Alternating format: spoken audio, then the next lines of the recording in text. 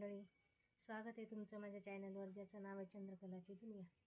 तर चला करूया आजच्या दिवसाची सुरुवात। बाहेर बघा कसं ढगाळ वातावरण पावसाचं। रोज पाऊस येतो, रिमझिम रिमझिम। श्रावण पाळ्या, इतक्यात ऊन पडतं, इतक्यात पाऊस येतो।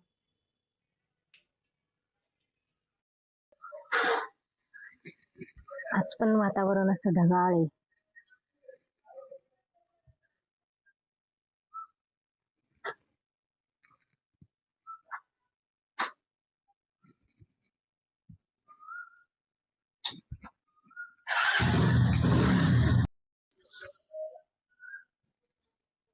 सोमवारचं मंदिरात जावं, काही जाणं झालं नाही पावसामुळं।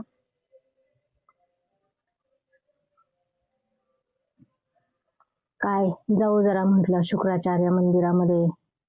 अजून बरेच 2-3 असे चांगले चांगले मंदिर, म्हणजे असं जिथं जरा निसर्ग सौंदर्य अशा ठिकाणी आहे 1-2 मंदिरं। जाऊ म्हटलं, पण काय जाणं झालं नाही पावसामुळे। जाऊ पुढच्या सोमवारी।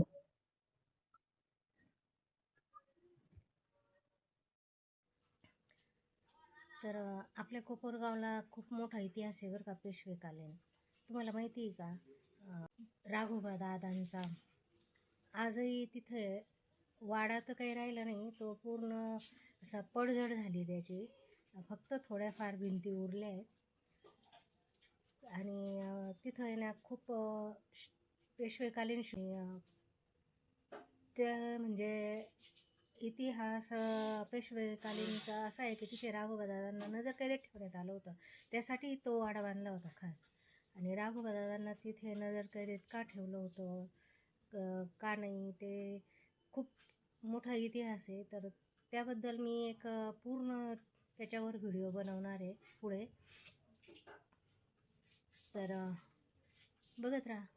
आणि आणखीनही कोपरगावमध्ये बरेच असं कोपरगावचा इतिहास आहे।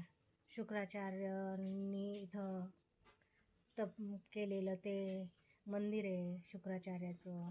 पुन्हा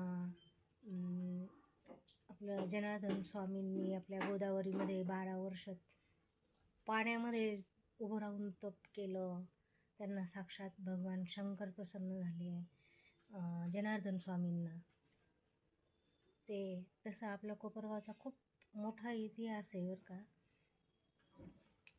तर असंच मी एक एक एक एक इतिहास बद्दल माहिती जी की मलाही नाही ती मी घेत राहीन आणि पुढे तुम्हालाही सांगत राहील। चला बघत राहा व्हिडिओ। असा होता आजचा एक छोटासा व्हिडिओ। कसा वाटला नक्की सांगा। लाईक करा, शेअर करा, सबस्क्राईब करा। बाय।